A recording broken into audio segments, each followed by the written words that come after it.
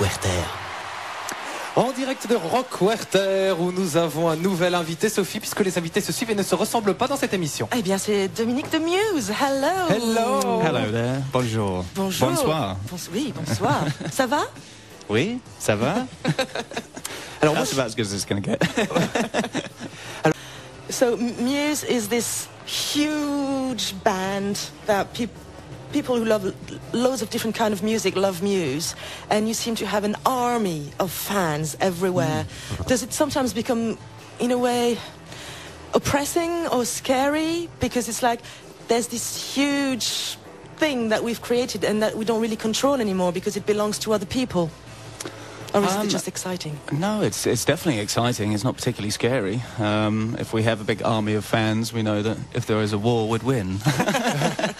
But yeah, I mean, the fans definitely seem to be very passionate in most places that we go around the world, and you know, we have lots and thousands of very devoted fans who love the music and come to the shows, and really, it's overwhelming. You know, every huge show that we do, we're kind of very taken back by how many people turn up and enjoy it. So it's great. And you know, it's amazing. are you still allowed to live a normal life as a person? Oh yeah. Oh yeah, I'm pretty normal.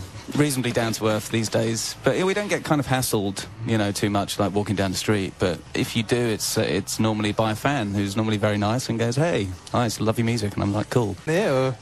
So Muse shows, you said huge, and I think that's the word that suits what you do. It seems that every time you come back, it's bigger, louder, more of everything. Where do you stop? Or you don't want to stop? Or sometimes you think, it would be nice to have a sort of unplugged show? Yeah, well, it's nice to do different size gigs. I don't know about unplugged. We've never been very good at playing acoustic guitars.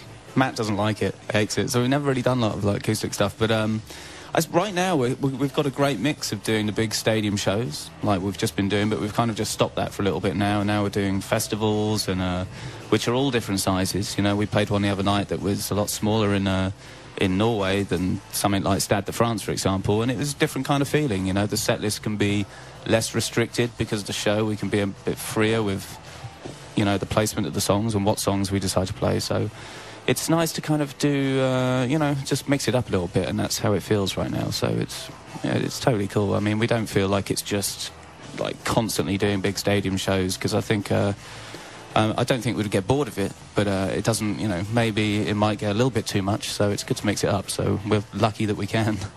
You attach a lot of thought to your live shows. I know you do lots of different productions because your fans come and see many shows and you don't want them to see the same show all the time.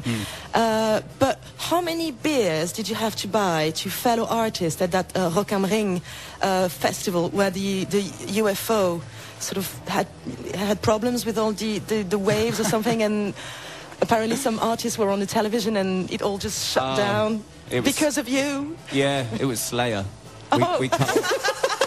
We cut off Slayer's live broadcast on MTV. Apparently there was like 20 minutes of like dead air on MTV. It wasn't like, oh, let's go to someone else. It was just like, I think we knocked down their tower or something. I definitely owe them a round of beers, let's put it that way. I didn't actually get to see them to apologise, but I'm sorry, Slayer, you know, if we've, you know, blown it in Germany, but for you, but I'm sure we haven't. But that night, no, I didn't say sorry, but I saw Motorhead, just to change the subject, and they were amazing. Talking of like filthy metal, yeah, I went to see Motorhead after we played on a different stage, and they were just insane, just so cool. Better than Slayer? I haven't. Yeah, I would say. Maybe I have seen Slayer. We did a French festival with Slayer years ago, and we walked past their dressing room, and we saw the guitarist standing in front of a mirror, like warming up his headbang. So he had his guitar there, and he was like swinging his hair around in a big circle because he's got very long hair, like warming up the moves, you know. And we just died and fell on the floor. So laughing our heads off. But I haven't seen them since that day. But you know, I'm sure they're still good. And about your production, how often do you change that production for your shows? Well, right now we've got like 3 productions out. We have our festival thing, which we have here, which is lots of kind of hexagonal screens and lights, kind of like the album cover, so inspired by that. And then we have the big stadium stuff, which is very, very different, which is like this huge, big pyramid-shaped building. And we have all the spaceships in that show, you know. We got the spaceship that comes out in the crowd that knocked out the MTV tower. It's like being a 4-year-old boy. And we've also got our own spaceship as well that takes us away from the front of the stage up into the middle of the stadium and then back down again. But we can't do all that stuff at festivals because it's not your gig. So, and then we got the other arena show that maybe we had last year. That's going to be starting up in America pretty soon. So, Voilà, ils ont trois. We were talking about the Italian TV show where you were asked to play playback and you all switched. That must have been fun. And what happened after that? Well, yeah, Matt convinced me to sing. Yes. So we all swapped instruments. Obviously, he was on the drums, but You're not a good singer. not pretty good mimer. But not a great singer, no. So we did this TV show, and yeah, so the host of the TV show didn't know that we'd all swapped instruments. So I guess she thought I was a singer. She thought I lived in Italy, in Como, and thought I was mates with George Clooney and all that kind of stuff. And I was like, yeah, sure, yeah, it's great there. So she didn't get it, but it was kind of, yeah, because like the next day it was all in the papers, you know, and we didn't mean it to be this big deal, but it was all in the papers.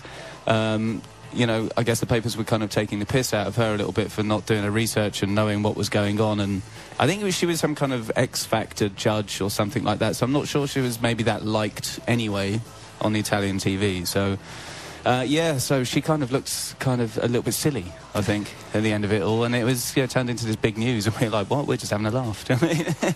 So it was kind of a bizarre experience. But I think she then came back saying, oh, yeah, I was just joking. I knew they'd swapped. I was just going with it. She's like, bullshit. We're going to swap because you swapped in Italy. We're going to swap. You're going to interview us. You can ask us one question about Belgium. One question about Belgium.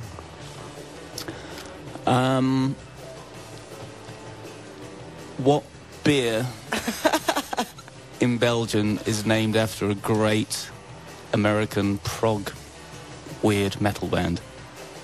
Oh, damn. That's a pretty good question. Wow. Alors je traduis. Do you want me to repeat the question? Oui, allez. What beer in Belgium is named after a great American prog metal band?